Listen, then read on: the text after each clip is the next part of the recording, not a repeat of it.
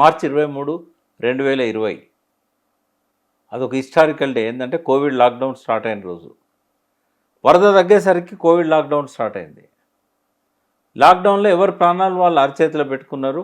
ఆడ పనిచేసిన లేబర్ కూడా బీహార్ కాలినడకన బయలుదేరిళ్ళు, శ్రీకాకుళం కాలినడకన బయలుదేరారు. కాంట్రాక్టర్ లేడు, వర్కర్స్ లేరు, ఇంజనీర్ లేరు. అది అనాథలాగా వదిలేయాల్సి వచ్చింది. ఎవరి లైఫ్ వాళ్ళ ముఖ్యంగా. సరే, అసలు ముందే ఈ పరిస్థితి రాకుండా ఉండడానికి ఎట్లా మనకు ఎడ తెలుస్తుందమ్మా? ఇప్పుడు వరద లేనప్పుడు, ఇప్పుడు పిల్లోడు పుట్టినప్పుడు బాల్యారిష్టాలు ఉంటాయా? ఉండయా? కడుపులో తల్లి కడుపులో ఉన్నప్పుడు కొన్ని డిఫెక్ట్స్ వస్తాయి వాడికి. కొంతమందికి ఆర్గన్స్ పెరిగాయి, కొంతమందికి ఏవో డిఫెక్ట్స్ ఉంటాయి. పుట్టినాక కదా తెలిసేది. ఎప్పుడు చేయాలి? ఒక పంట కాలం తర్వాత ఎండాకాలంలో అంత కరెక్ట్ ఉందా, లీకులు అవుతున్నాయా, ఏం జరుగుతుందా అనేది కదా అప్పుడు. ఆ టైంలో ఎవరు పోలే కదా కాళేశ్వరంకి. ఎమర్జెన్సీ ఎగ్జంప్షన్ ఉన్నా కూడా ఎమర్జెన్సీ పనులకు కొద్ది రోజుల తర్వాత పోలీస్ డిపార్ట్మెంట్ ఎగ్జంప్షన్ ఇచ్చింది. ఇరిగేషన్ డిపార్ట్మెంట్ పనులు ఆగకూడదు, ఎవరైనా కూడా పోవచ్చు, జాగ్రత్తలు తీసుకోవాలని చెప్పింది.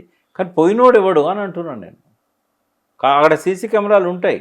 ఆ 3 నెలలు ఎవరు పోలేదు ఆడికి. తర్వాత ఎప్పుడు పోయారు? లాక్డౌన్ ఎత్తేసింది ఎప్పుడు? జూలై నాటికి మళ్ళా వరదలు వచ్చినాయి కదా. అంటే పరిమితికి మించి స్టోరేజ్ కూడా ఒక అది నేను ఒక్కొక్కటి చెప్పుకుంటూ వస్తా.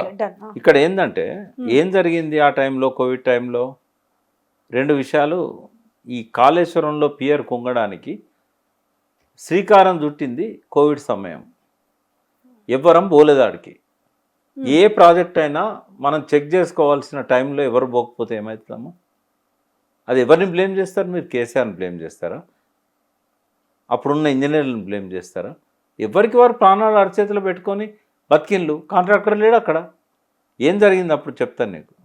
అంటే నాకైతే 100% ఎలక్షన్ టైంలో ఇది జరిగింది కాబట్టి ఇది బాంబ్ బ్లాస్ట్ అనేది నా మైండ్లో ఉంది.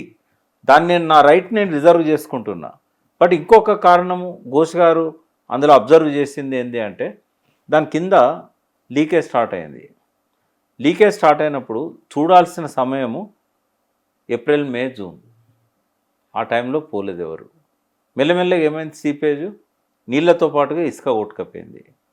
21 వచ్చింది. 21 లాక్డౌన్ తర్వాత 21 వచ్చింది. 21 తర్వాత 22 వచ్చింది.